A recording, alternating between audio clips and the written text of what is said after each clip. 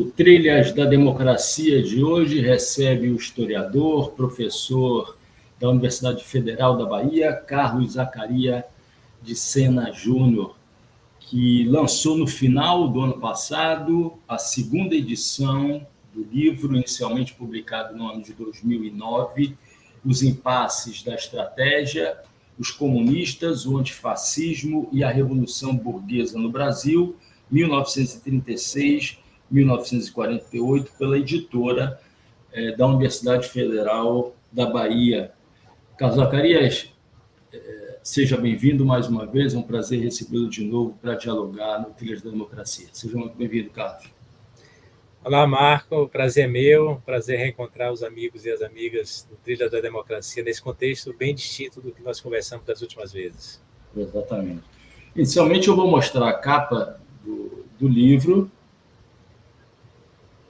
Os Impasses da Estratégia, e é sobre ele, ou a partir dele, que nós dialogaremos hoje. Zacarias, eu começaria te perguntando, na verdade, a minha preocupação, né, seriam com duas palavras-chave do livro, né, os comunistas e o antifascismo. Né? Eu gostaria de explorar exatamente o papel desempenhado pelos comunistas brasileiros na luta antifascista. E eu te pediria, de partida, que você tratasse de uma conjuntura, que foi grande parte da conjuntura que por você trabalhada, uma primeira parte, que é essa que se inicia às vésperas do Estado Novo. Então, o panorama o panorama nacional, o fundo nacional é esse do Estado Novo, varguista, e no plano internacional, a Guerra Civil Espanhola e os antecedentes e início da Segunda Guerra Mundial e desenvolvimento da Segunda Guerra Mundial até 1945. Qual foi o papel, Zacarias, desempenhado pelos comunistas na luta antifascista no Brasil nesse período? Bom, Marco, o papel foi um papel central, né? Nós estamos falando, como você diz aí, de uma conjuntura de ascensão do nazifascismo no mundo, né? Que os comunistas caracterizavam como uma besta fera. Primeiro, os comunistas foram muito hesitantes, internacionalmente falando, em enfrentar o fascismo, vamos dizer, as claras, né? Era muito difícil perceber esse fenômeno novo surgindo, não havia governos fascistas até a ascensão de Mussolini na Itália e de Hitler na Alemanha. Não havia regimes com essa natureza, e os comunistas tiveram muita dificuldade de avaliar no seu conjunto o que era aquele fenômeno novo. Eu digo os comunistas, oficialmente falando, né? Primeiro que em 22, quando Mussolini chega ao poder na Itália, a primeira ação dos fasces de combatimento italiano, né, fundada em 19 por Mussolini, é uma ação de violência.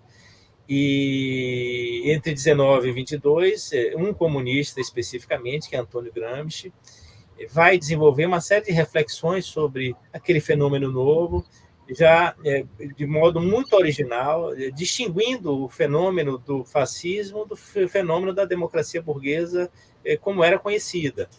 Obviamente que os comunistas, naquela conjuntura, e que é uma conjuntura já de derrota da Revolução Mundial, né? Nós vamos lembrar que a Revolução da Alemanha tinha tido 3 momentos de malogro, de derrota, né? Que foi 19, 21 e 23. Né? Então, nós estamos falando aí no intervalo entre 19 e 23, que é a terceira Revolução da Alemanha, que é também derrotada. Os comunistas ascendem na Itália, e a primeira ação dos comunistas, dos fascistas na Itália, é uma ação de ataque ao jornal Avante, de destruição do maquinário e de assassinato de 4 operários que estavam lá na sede do jornal Avante. Então, Gramsci tem uma definição muito lapidar do que eram os comunistas, dos fascistas, né? Dizendo que o fascismo pretendia resolver os problemas da produção e da troca com tiros de metralhadora e balas de pistola. Quer dizer, é uma definição lapidar porque ele identifica no fascismo o traço da violência.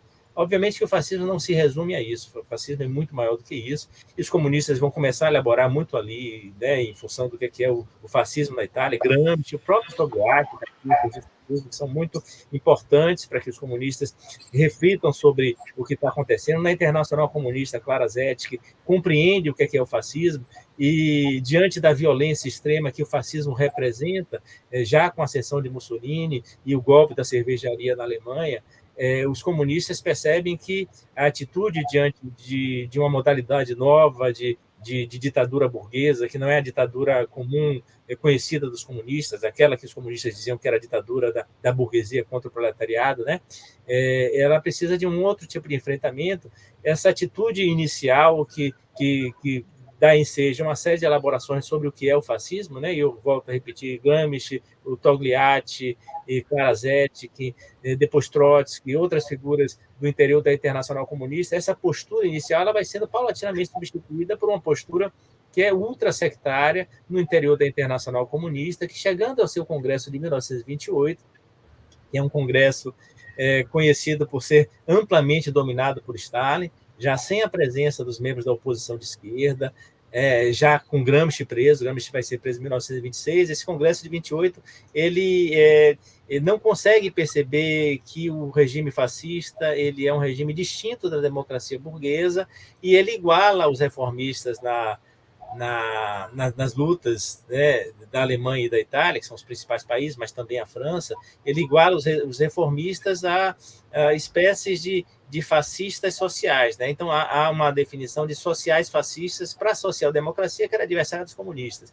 Então, os comunistas tiveram muita dificuldade, primeiro uma elaboração muito, muito rica, e depois dificuldade em função da presença, da onipresença de Stalin no movimento comunista internacional, e dessa postura que, em 1928, redundou na política do terceiro período, que é uma política absolutamente equivocada do ponto de vista da reflexão histórica, porque ela dizia que havia uma conjuntura em que o proletariado devia ser ofensivo, quando, na verdade, era uma conjuntura defensiva, era uma conjuntura contra-revolucionária, de ascensão do fascismo, e a Internacional Comunista, não detectando isso, ela foi palco, né? Ela foi uma das corresponsáveis pelas derrotas que se sucederam ali, né? Mas a pergunta que você faz é qual o papel que os comunistas tiveram. Então, passado esse período de uma elaboração inicial e de equívocos no ultra-esquerdismo no final dos anos 20, princípio dos anos 30, os comunistas readequam a sua leitura do que é o fascismo e partem para construir inicialmente a Frente Única. Veja, Marco, a Frente Única é uma ferramenta fundamental que os comunistas, junto com outros segmentos do movimento operário, né, sejam eles da social-democracia ou até setores do trotskismo e mesmo do anarquismo, se juntam para combater o inimigo maior, que é o fascismo, que tem por política primeira a eliminação física dos melhores quadros do movimento operário, dos quadros do sindicalismo, dos partidos e movimentos ligados ao comunismo e suas vertentes todas. Então, os comunistas foram fundamentais na constituição da Frente Única, que enfrentou o fascismo inicialmente, e essa Frente Única se desdobra em muitas outras políticas que vêm em seguida, e essas políticas têm momentos que parecem que são mais adequados e outros são menos adequados. Agora, a história do PCB é muito marcada por zigue-zagues de orientação, né? De orientação estratégica, de estratégia da revolução, né? Não foi diferente nesse período que você estudou, né? Se passa por dois momentos: o momento que precede o início do teu estudo, né? Quer dizer, a chamada intentona comunista, em 1935. Depois o partido é praticamente aniquilado pela repressão política, né? Os seus quadros são dispersos, né? E ocorre a reconstrução, a gente vai chegar lá daqui a pouco, a reorganização do partido a partir do início de 1940, mas principalmente depois de 1943, mas pegando as duas pontas, né? Quer dizer, existe um determinado momento, que é esse que precede o teu estudo, em que o partido, de alguma maneira, se joga numa ideia de insurreição popular, né? E quando a gente chega ao final da Segunda Guerra Mundial, né, que foi também o final do governo Vargas, o partido se joga na valorização da democracia, né, no discurso da União Nacional, etc. Como é que você avalia, né, nos estudos que você fez, o que está por detrás dessas idas e vindas que vão marcar outros períodos da história do PCB na história? Bom, sem compreender 1935 na história do PCB, você não compreende o período seguinte, né? No período seguinte, o PCB se transformou em um partido de massa, um partido que elegeu 14 parlamentares, inclusive o senador Luiz Carlos Prestes, que foi um partido muito importante na história do Brasil, que deu 10% dos votos, uma figura absolutamente desconhecida, que é Iedo Fiúcia, que foi candidato a presidente da República em dezembro de 1945. Mas sem entender 1935, né, a gente não consegue entender a conjuntura que vem em seguida, que é uma conjuntura de reelaboração, de autocrítica, de muita revisão do que tinha sido produzido em 35. Assim, eu quero dar um passo atrás, né? Meu estudo começa em 36, mas, como você disse, eu dou um passo atrás para poder compreender como é que o PCB reflete sobre a experiência de 35. Primeiro, dizer que os melhores estudos sobre 35 o levante da Aliança Nacional Libertadora, da ANL, liderada por Prestes. Essa organização que surgiu em 34 era uma organização de massa, uma organização que concorria com a Ação Integralista Brasileira, fundada em 1932, que era também uma organização de massa, né? A de Plínio Salgado, uma organização fascista, né? Os integralistas eram aquilo que mais próximo nós tivemos do fascismo na época, né? Reivindicavam abertamente as características do fascismo italiano e depois do alemão também, né? Com nuances, né, de uma liderança para outra, mas assim, os camisas verdes, né, que tinham o sigma como símbolo, o Anauê como marca do grito de guerra, eles se organizam em 32 e nessa mesma conjuntura o PCB se junta à Aliança Nacional Libertadora, e a Aliança Nacional Libertadora não pode ser confundida com o PCB. Embora os comunistas estejam presentes na Aliança Nacional Libertadora, eles não são exatamente a Aliança Nacional Libertadora, embora depois de julho de 35, quando ela é posta na ilegalidade, e Prestes é a figura mais importante, né? Quando é que ela é posta na ilegalidade? Quando Prestes lança a palavra de ordem em 35, todo poder à ANL, né, que é uma referência a todo poder aos sovietes lá da Revolução Russa. Esse todo poder, a ANL, foi a oportunidade que o governo de Vargas encontrou para colocar a ANL na ilegalidade. E essa ilegalidade torna o PCB quase que exclusivo dentro da ANL. Só que esse PCB desse início dos anos 30, né, entre 29 e 35, é um PCB penetrado pelo tenentismo, Marco. O movimento tenentista dos anos 20 é um movimento heróico, é um movimento romântico, é um movimento de setores da pequena burguesia urbana que aspiravam à democracia, participação política, e esses setores que em 22 se levantaram, em julho de 22 fizeram o primeiro levante, o famoso levante do Forte de Copacabana, que no ano passado completou 100 anos, junto com o PCB e a Semana de Arte Moderna, e em 24 se levanta, né, e aí dá origem à Coluna Prestes. Esse movimento tenentista, ele quando é disperso, depois de percorrer os 25 mil quilômetros do Brasil sem sofrer uma derrota, como diz na história, né? Ele é disperso, não consegue o objetivo que queria, embora estabeleça uma marca de reivindicação por direitos políticos que eram muito restritos no Brasil. Depois da dispersão dos tenentes, os tenentes foram para várias frentes, e Prestes, que foi contactado por comunistas, ele termina ingressando no PCB. Em 1931, ele vai para a União Soviética. A postura do PCB em relação a Prestes, né, esses zigue-zagues em muitos terrenos, tem também um zigue-zague em relação a essa aproximação com Prestes. Tem uma aproximação que se dá primeiro com Astrogildo Pereira, com Prestes no exílio, né? Astrogildo Pereira é um dirigente do PCB, um dos mais importantes dos anos 20, e se encontra com Prestes, leva livros de Marx e de Lenin para que Prestes tenha uma aproximação com o marxismo. Prestes começa a ficar impressionado, depois o PCB começa a se afastar em função do fato de que o movimento comunista internacional atribui parte das derrotas ao que é chamado de direita do partido. O movimento comunista internacional mirou suas baterias inicialmente, né, o movimento comunista internacional sob a liderança de Stalin. Mirou primeiro sobre a oposição de esquerda.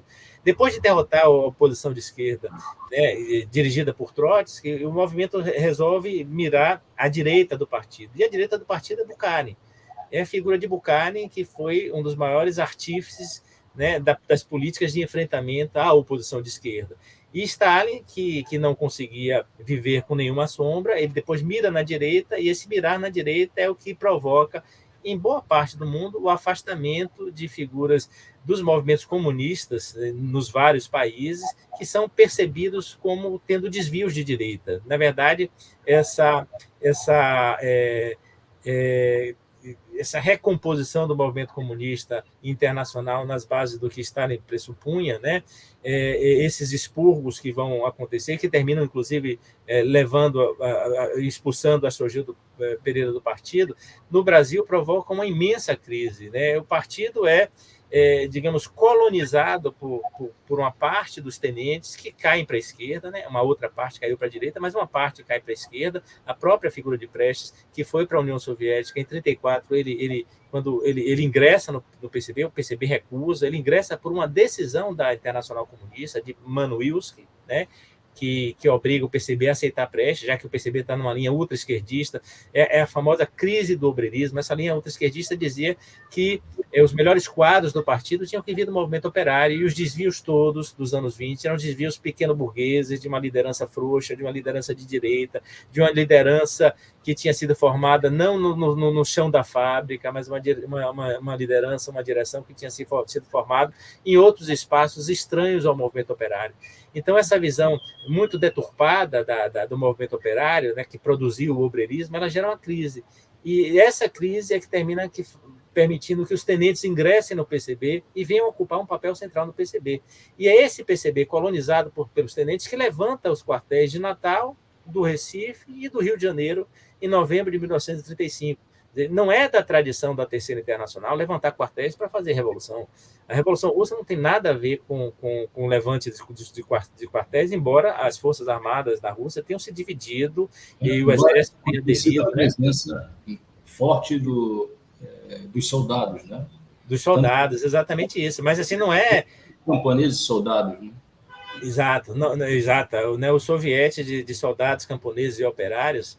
e porque na Rússia os soldados estavam na guerra, né? E os soldados eram, sobretudo, os camponeses que tinham sido armados para ir para a guerra, né? Mas não havia ideia de uma quartelada, né? Nada, não havia na Rússia uma ideia de uma quartelada. A experiência política brasileira, né? O armamento dos revolucionários da Rússia, ele não precede a Revolução. Ele acontece com a Revolução na medida em que a contra-revolução se arma. Né? Então, no Brasil, a ideia de que levantar os quartéis ia dar ensejo à Revolução foi uma ideia dos tenentes. A ideia da terceira revolta, porque a primeira foi em 22, a segunda em 24, e os tenentes aspiravam por uma terceira revolta, e com essa aproximação com o movimento operário, com os comunistas, eles terminam achando que essa terceira revolta vai se dar pelas mãos do comunista, no caso da ANL, e aí é um fracasso retumbante, e aí o PCB está em crise, e como você diz, o PCB é praticamente desbaratado, a organização é desfeita, a sua direção é presa, Prestes e Olga Benário vão ser presos em março de 1936, outras figuras importantes, Antônio Maciel Bonfim, o famoso Miranda, foi preso já no final de 35, né? E essas figuras, o Miranda era sargento, né, do Exército, então era uma figura também que tinha uma relação com as Forças Armadas, com o tenetismo.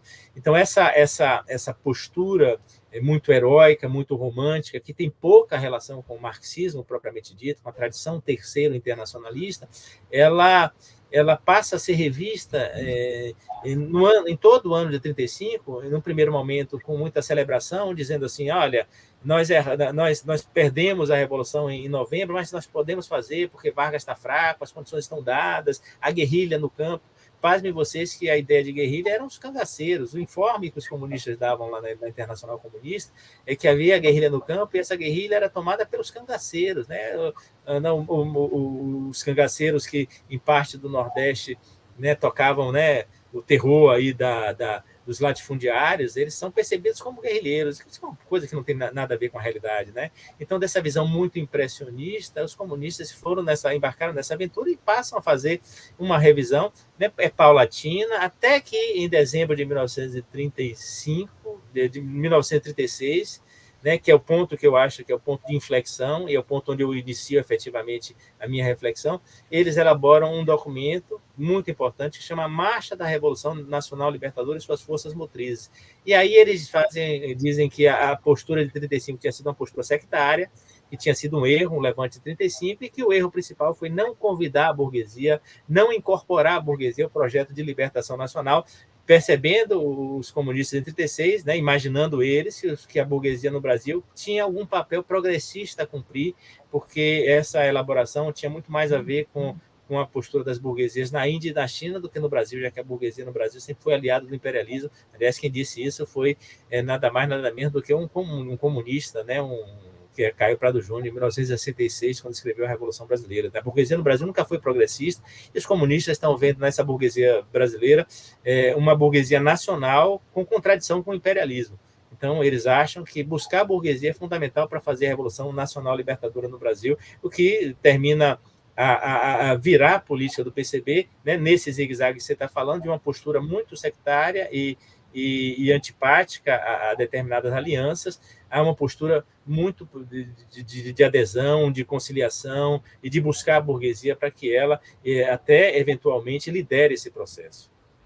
Eu queria chamar a atenção, Zacarias, para o fato de que eu entrevistei no programa, o ano passado, a professora historiadora Marli Viana, que inclusive escreve o prefácio à segunda edição do livro, esse livro que foi publicado no final do ano passado, né? E eu me recordo que, num determinado momento, o programa tratava exatamente do anticomunismo na sociedade brasileira, né?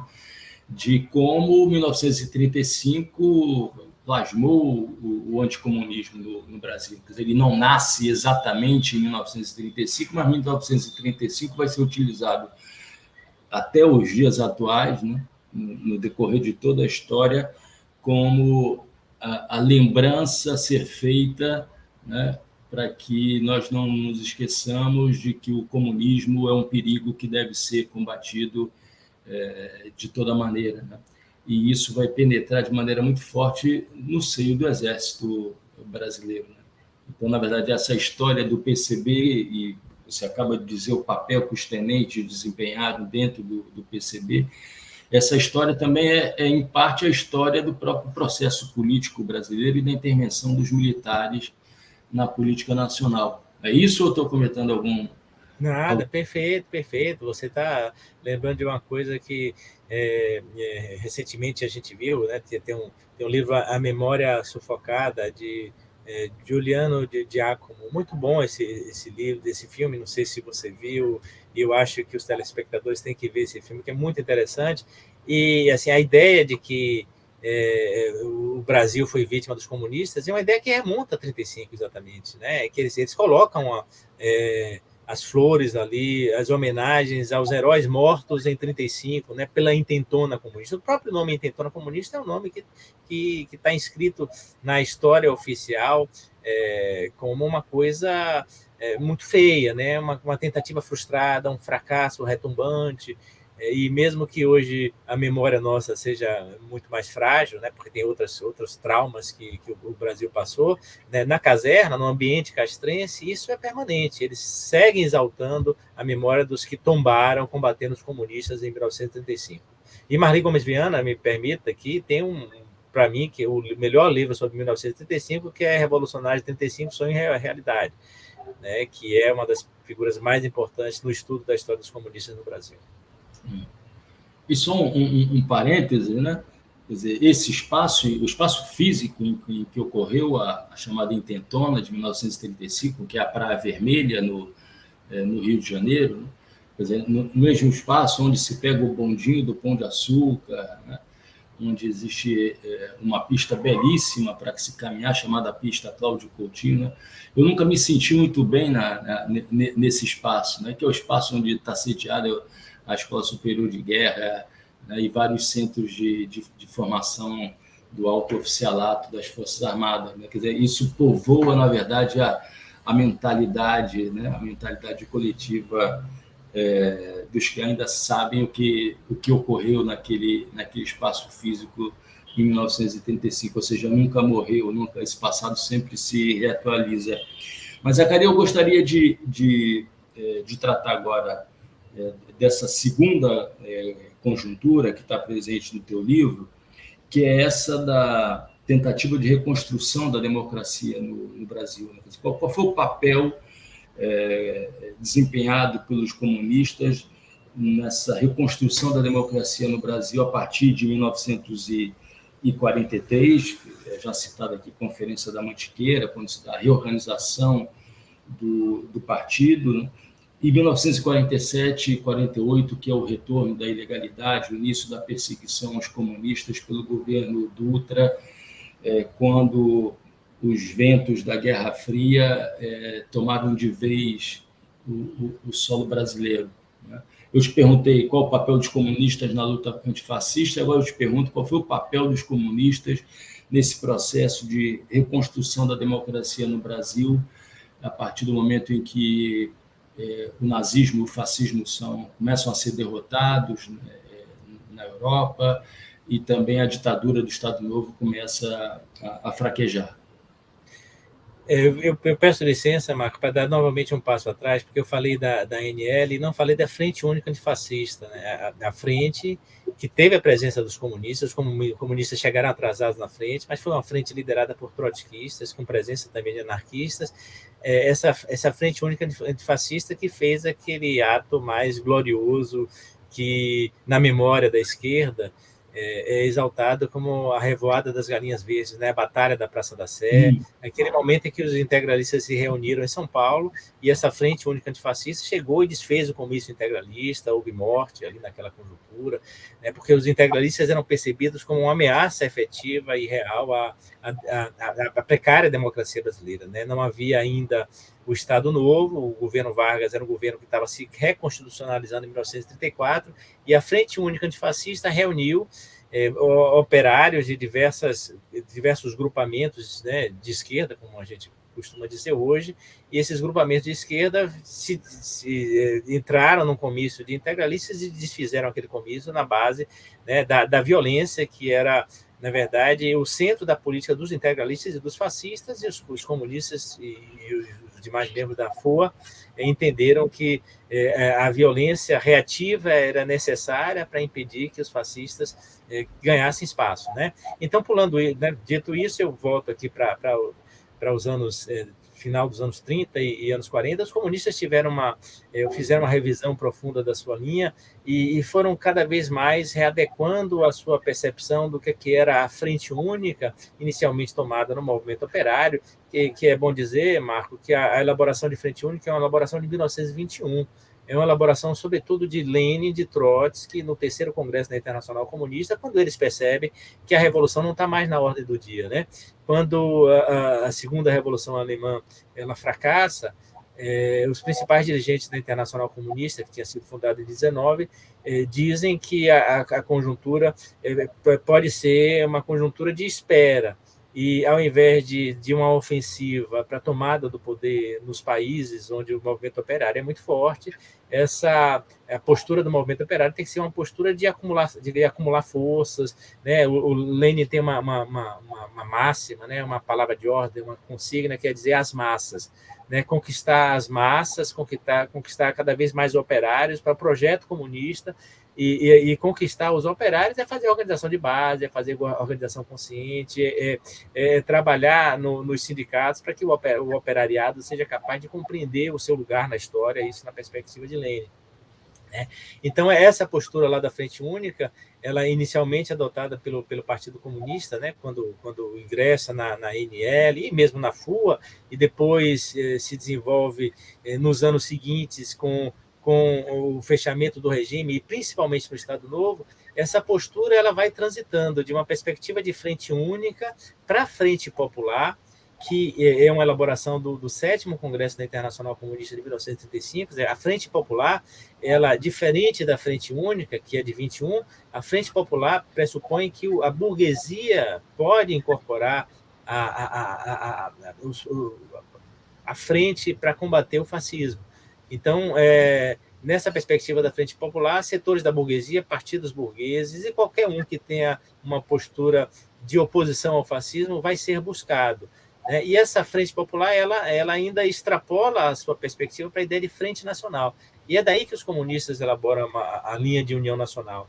Então, em 1938, depois que os integralistas, né, tentam tomar o poder, vamos situar historicamente, porque talvez quem assiste essa entrevista aqui não consiga situar os acontecimentos históricos de modo preciso. Então, em 37, novembro de 37, o Getúlio Vargas dá um golpe, né, fecha o regime, estabelece o Estado Novo.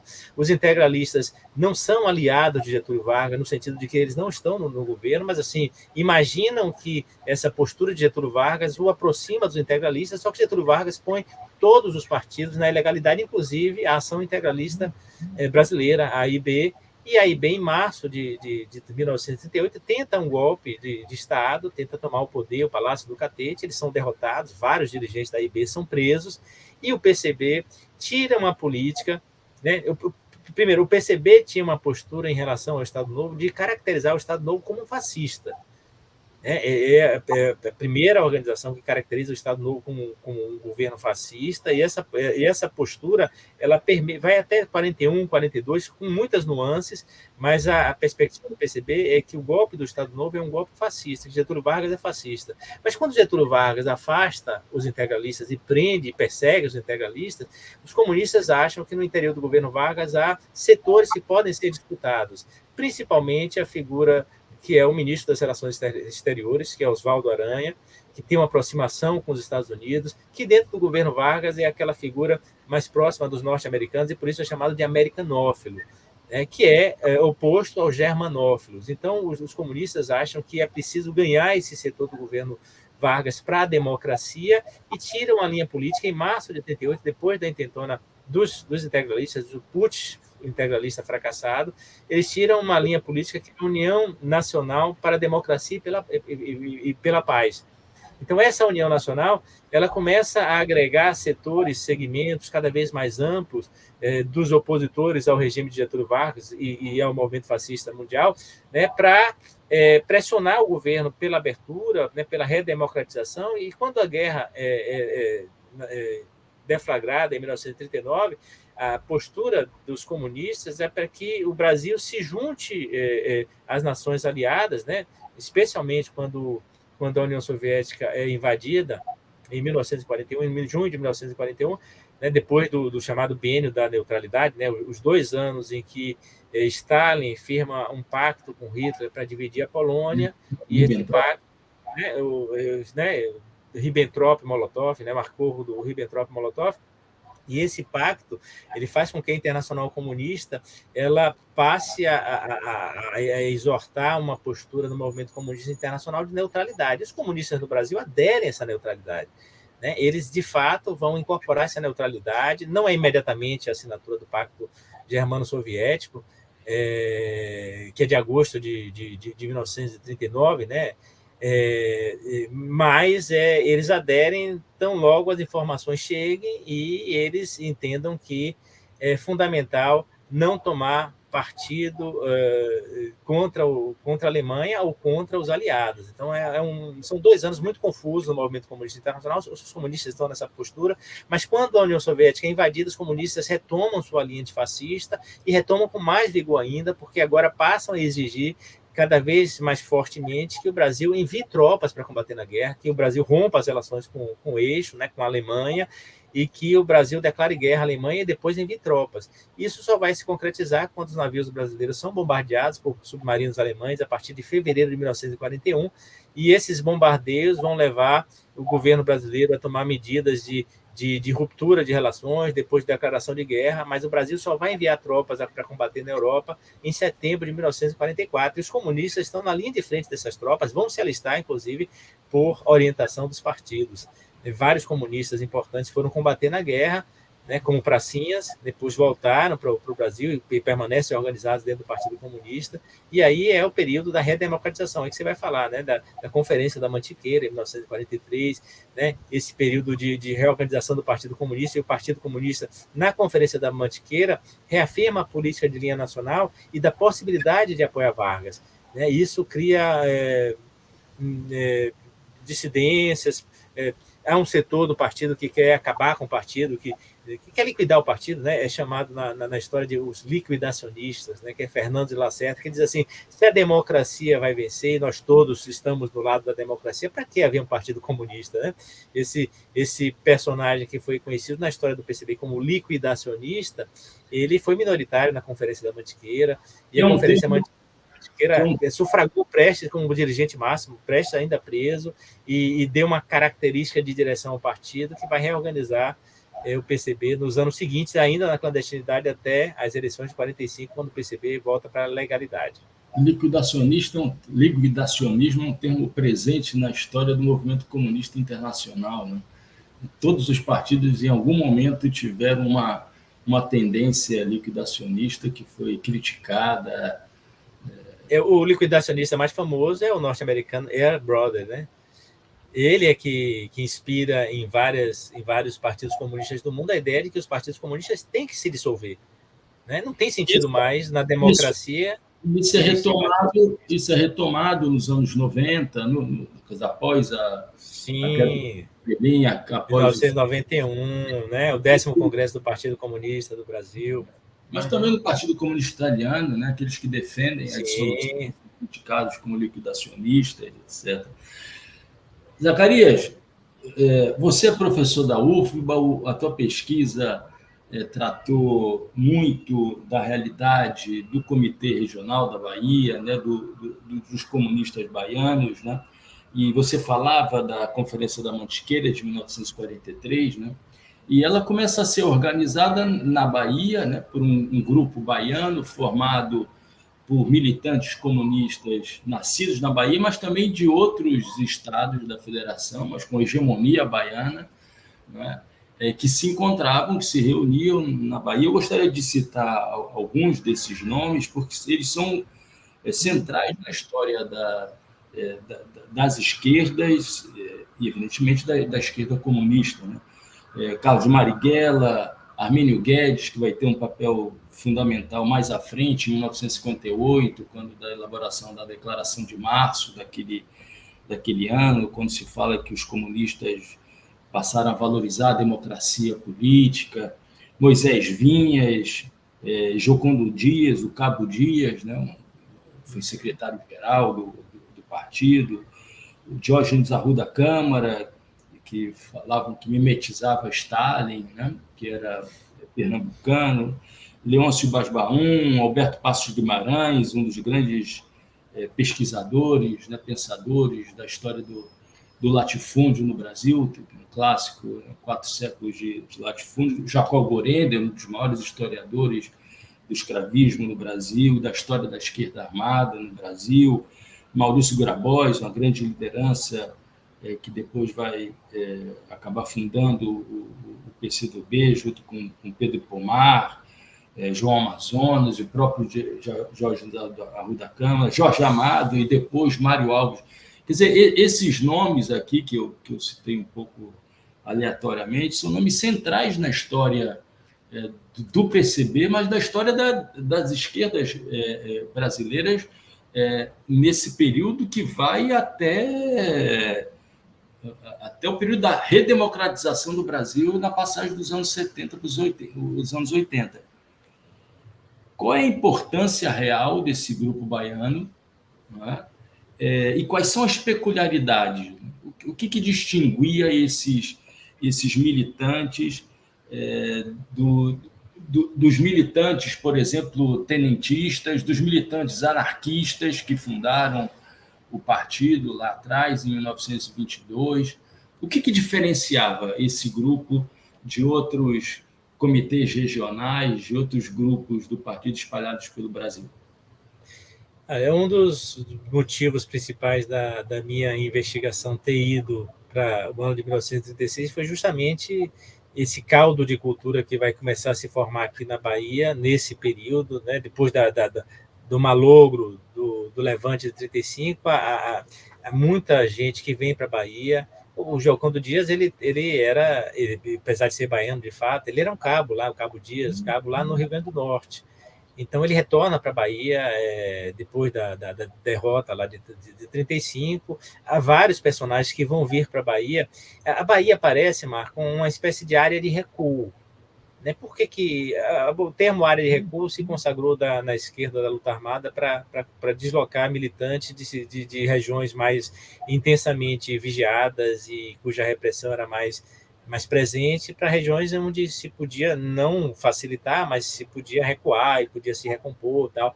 Esse termo área de recuo, embora não fosse usado na época, ele parece que é adequado para a gente compreender o que acontece na Bahia. Né? Então, boa parte dos personagens que você falou são baianos, efetivamente, mas Leôncio Basbal não era, Alberto Basbal era também pernambucano, Alberto Passos Guimarães era alagoano, Jorge Arruda Câmara era pernambucano, mas o que você está falando, esses personagens passam a se confundir com a Bahia porque eles se formam politicamente na Bahia.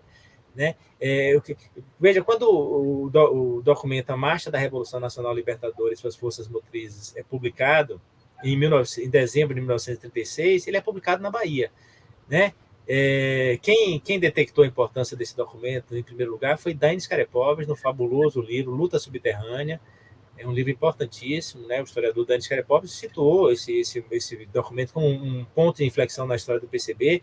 Esse documento foi emitido a partir da Bahia, embora tenha dito Rio de Janeiro, era uma forma de despistar, mas por 3 militantes comunistas que estavam tentando reorganizar o partido, que é Elias Reinaldo da Silva, o André, que tinha passado pela União Soviética, Heitor de Freitas Guimarães e Lauro Reginaldo da Rocha, né? Todos com codinome. O André, né? Martins, Heitor de Freitas Guimarães, e o Lauro Reginaldo da Rocha, que é o famoso Bangu.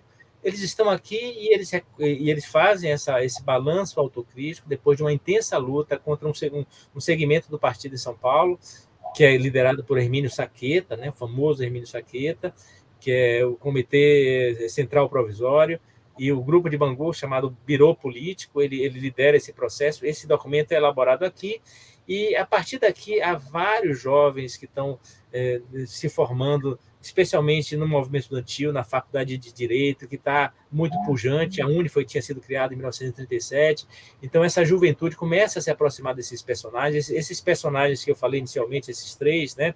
André, Bangu e Martins, eles depois vão ser presos. E esses baianos que se aproximam e outros que estão aqui presentes, eles começam a forjar uma reorganização em outras bases, né? Bases mais voltadas para a democracia. Um dos personagens mais importantes é o Diógenes de Arruda Câmara, que era um trabalhador da Secretaria de Agricultura, que foi militante do PCB desde muito cedo, que era um pouquinho mais velho que outros militantes importantes, como o João Falcão, que é uma figura importantíssima nesse quadro aí, porque vai dirigir a revista Seiva, que foi a revista editada entre 1938 e 1943, uma revista antifascista, a primeira a existir na conjuntura do Estado Novo, que passava a linha do PCB, sem que o Estado Novo percebesse isso, e uma parte dos comunistas vão trabalhar nessa revista Seiva. O Jacó Gorenda vai ser repórter da revista Seiva antes de ir para a guerra. Gorenda foi combater na guerra, foi para a Pracinha, né? E Gorenda é o responsável pela entrevista com o general Manuel Rabelo, que era um general antifascista, e por conta da entrevista de Jacó Gorenda é que a revista Seiva vai ser fechada, porque o general antifascista Manuel Rabelo, que era o presidente da Sociedade Amigos da América, ele faz uma exigência ao Exército e ao governo do Estado Novo de Getúlio Vargas, e que diz assim, não adianta convocar tropas para ficar limpando quartéis, limpando o banheiro dos quartéis. Se convocou os reservistas e inscreveu novos jovens para combater na guerra e não os mandou, né? Então fez muito mal. E aí a revista é fechada, João Falcão é preso, Jacó Gorenda é preso, né? Claro, obviamente o general não vai preso, mas há uma campanha nacional pela libertação deles. A UNE está reunida em congresso quando esse episódio acontece e exige a libertação deles. Então, assim, há todo um caldo de cultura, né, nessa área que parece mais frouxa da repressão. Quem governava a Bahia na época, até 1937, era Juracy Magalhães. E Juracy Magalhães tinha um irmão que tinha envolvimento com a ANL, que é o Eliezer Magalhães. E ao que se sabe, ao que se diz, a troca de correspondência que eu tive acesso e utilizo no meu livro entre Juracy Magalhães e Getúlio Vargas dá a entender que a postura de Juracy Magalhães de não de permissividade em relação aos comunistas, mas uma postura de menor intensidade na repressão aos comunistas. Ela faz com que os comunistas se sintam mais à vontade para se organizar aqui a partir da Bahia, e essa organização depois extrapola para o movimento estudantil, né, para outras frentes de massa. Depois o movimento operário em 44 começa a se organizar, vai existir greves, e os comunistas que estavam clandestinos desses espaços todos começam a assumir cada vez posturas de direção e de protagonismo, né? E essa direção e protagonismo, nos anos seguintes, ela vai se configurar em quadros dirigentes muito importantes, como esses todos que você citou aí, que são figuras centrais na história do Partido Comunista. Eu entrevistei alguns deles, entrevistei Gorenda, entrevistei Armínio Guedes, entrevistei Fernando Santana, entrevistei João Falcão, entrevistei figuras importantíssimas que foram centrais na vida do Partido Comunista ao longo de 3, 4 décadas, e que se formaram aí nessa conjuntura dos anos 30 e 40. E eram muito jovens nos anos 30 e 40, mas eram já dirigentes muito capazes de fazer discursos para as massas, de organizar as massas nos seus locais de trabalho, e depois nos comitês populares democráticos, que foi uma frente de massa nos bairros das grandes cidades do Brasil que os comunistas organizaram. Então, isso me parece que é a grande contribuição que os baianos passam a oferecer ao Partido Comunista, e que é um partido forjado em outras circunstâncias, muito distintas de São Paulo. São Paulo parece que é a grande exceção do país, porque muito mais industrializado, com um movimento operário muito diferenciado em relação ao restante do país, e por isso... É ali que ocorre a greve dos 300 mil em 1953, né? Liderado por Marighella, né? Marighella sai da Bahia em 1932, né? E depois de ser preso várias vezes, em 1953 está lá organizando greves dos 300 mil, com o PCB praticando uma linha que é muito sectária, né? Porque quando o PCB é cassado em 1947, seus parlamentares cassados em 48, o PCB tira uma linha de ultra-esquerdismo, de derrubar o governo eleito, que tinha sido de Eurico Gaspar Dutra, e mesmo assim, né, o movimento exige a presença dos comunistas. Isso que acontece em 53, quando Marighella é um dos líderes da greve dos 300 mil. Zacarias, quando tu falava da postura de Juracy Magalhães, de uma certa permissividade em relação aos comunistas, né? Eu me lembrei, isso faz parte, pode fazer parte do folclore, né? Uma parte do folclore baiano, mas uma certa vez em Vitória da Conquista, acho que foi ali que eu escutei, quando se falava de Antônio Carlos Magalhães, de determinados episódios em que alguém chegava para a CM e dizia: olha, mas esse cara é comunista, esse cara que está aí no teu governo. Ele dizia: mas é meu comunista. É meu comunista. Né? Eu acho que faz do folclore sobre como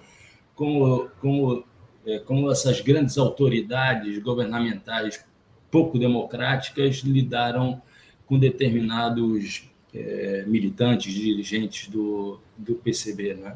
Só para eu lembrar, Marco, que o Congresso de Reorganização da UNE, em 1979, aconteceu na Bahia. Né?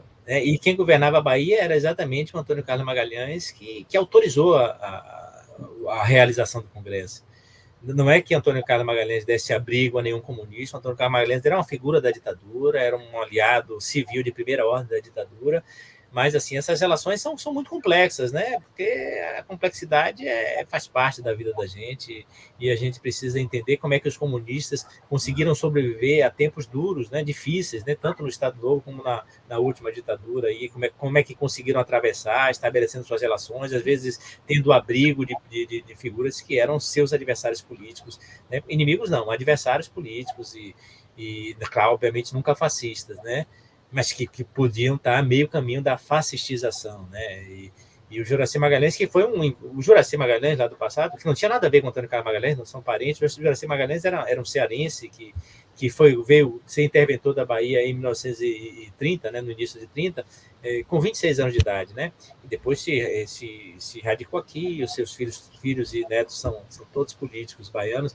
E o Juracy Magalhães foi um dos mais empedernidos anticomunistas. Foi ele que fez a provocação para Prestes em 48, no debate, em 47, naquele debate em que ele pergunta se o Brasil entrasse em guerra contra a União Soviética, em que posição o Partido Comunista assumiria. É uma pergunta capciosa, né? E Prestes cai nessa provocação e disse que assumiria uma postura pela democracia, e se o Brasil entrasse em guerra contra a União Soviética, é porque o Brasil não era mais democrático, ou seja, Prestes estava dizendo que os comunistas iam perfilar com a União Soviética contra o governo protofascista, né? Que era isso que estava dito. Depois o Partido Comunista... E acabou servindo de justificativa para a fixação de todo mundo, Exatamente. Entre outras coisas. Zacarias, faltam 10 minutos para a gente terminar esse diálogo, e eu gostaria de fazer uma última pergunta. Nessa centenária história, né, do Partido Comunista Brasileiro, que experiências de luta antifascista você ressaltaria como importantes para se refletir acerca das lutas antifascistas atuais no Brasil, das lutas contra a extrema-direita, bolsonarista, que continua bastante forte, apesar da derrota eleitoral do ano passado? Olha, nós estamos falando aqui de um partido especificamente, que é o PCB, né? O Partido Comunista do Brasil, que é o nome de sua fundação, nome que foi usado até 1961, e aí há uma cisão e se funda o PCdoB, né, que é o Partido Comunista do Brasil, sigla PCdoB. Quando o Partido Comunista do Brasil, sigla PCB, muda de nome e passa a ser Partido Comunista Brasileiro. Mas a experiência dos comunistas, Marco, é uma experiência muito variada, muito diversificada, muito múltipla, né? Os comunistas não se confundem com o PCB, até porque nos anos 60 há várias dissidências, várias cisões. Antes disso também tinha havido, né? Eu falei aqui da oposição de esquerda. As primeiras organizações trotskistas vão sair de rupturas com o PCB em 1933. A primeira organização trotskista no Brasil chama Liga Comunista Internacionalista. E a Liga Comunista Internacionalista é dirigida por uma figura muito competente, intelectualmente preparadíssima, que é Mário Pedrosa, né? E Lívio Xavier também. Essas figuras fazem análise da realidade brasileira e dão grande contribuição, como os comunistas também dão grande contribuição. Os marxistas, né, sejam eles da vertente trotskista, ou da vertente comunista, como se diz, ou de outras vertentes, eles têm o hábito, né, a qualidade de intervir na realidade a partir da análise das condições que estão dadas. Então, há muito papel, muita produção, muita reflexão sobre o que é o Brasil. Né? O que eu chamo de impasses da estratégia nesse período aí do meu estudo, 36 a 48? É que os comunistas, eles percebiam o Brasil, eles entendiam o Brasil, né, como um país com resquícios de feudalismo, com resto de feudalismo, quando não com marcas muito profundas do feudalismo que precisavam ser superadas por uma sociedade democrática e capitalista. Então, os comunistas passaram os anos 30 e 40 e parte dos anos 50 lutando não por uma sociedade comunista, é bom que se diga, mas por uma sociedade capitalista, pela extensão dos direitos, pela criação de mercado interno, pela democracia, pelo voto do analfabeto, né, pela reforma agrária que vai ser incorporada nos anos 50 à política dos comunistas. Ou seja, os comunistas são fundamentais na luta pela democracia brasileira em muitas circunstâncias, porque antecipam diversas pautas que vão ser, de modo muito tardio, incorporadas às constituições brasileiras. Se você for analisar a presença dos comunistas na Constituinte de 1946, é bom dizer, os comunistas eleitos em 46, o PCB elegeu 14 parlamentares em 45, na eleição de dezembro de 45, era a quarta maior força eleitoral do Brasil, uma força muito importante, e coloque essa força eleitoral, quantitativamente falando, o traço qualitativo dela. Imagine o que é um Carlos Marighella discursando no parlamento, um Jorge Amado, um Maurício Grabois, todos eles eram deputados, um Gregório Bezerra, né, um Luiz Carlos Prestes. Essas figuras eram muitíssimo competentes. A presença deles na Assembleia Constituinte de 46, que deu a origem à Constituição de 46, ela fundamenta princípios de democracia que só vão reaparecer na Constituição de 88. Então, muitas coisas que eles defendiam em 46 não são inscritas na Constituição, vão aparecer em 1988. Né? Vejam, pasme que é Jorge Amado que garante na Constituição de 46 o direito de liberdade religiosa, a liberdade de todos os cultos, de todas as religiões. E Jorge Amado, deputado, ele não era deputado pela Bahia, ele foi deputado por São Paulo, embora seja baiano, né? Marighella foi o único deputado pela Bahia. Então, os comunistas vão dar uma contribuição fundamental, né, nessa luta, e em épocas de acirramento das contradições, os comunistas, dos vários lugares de onde eles se organizam, né, porque o PCB se organiza de uma forma depois da ditadura, o PCB permanece sendo um partido que pretende fazer a luta democrática, a luta de massas, e, portanto, não adere à luta armada, embora o PCB tenha sido a primeira vítima e permaneceu sendo, os seus militantes permaneceram sendo vítimas da ditadura militar em todo o período, muito embora não tenham feito a luta armada. E aqueles que são dissidentes do PCB ou que vieram de outras experiências e que aderem à luta armada vão ser vítimas da luta armada. Né? Então, no acirramento dessas condições adversas, os comunistas eles lutaram de forma abnegada, de forma heróica, muitos deram sua vida pela causa, que a causa final é o socialismo, mas a causa meio é a democracia, é desenvolver o país, é incorporar os trabalhadores, não permitir que as desigualdades sejam o traço definidor do nosso país. Né? Veja, a questão do negro, que só vai ser incorporada à pauta política da forma como a gente conhece nos anos 70, ela aparece nas discussões do PCB lá nos anos 30. A questão da mulher, ela aparece. Né?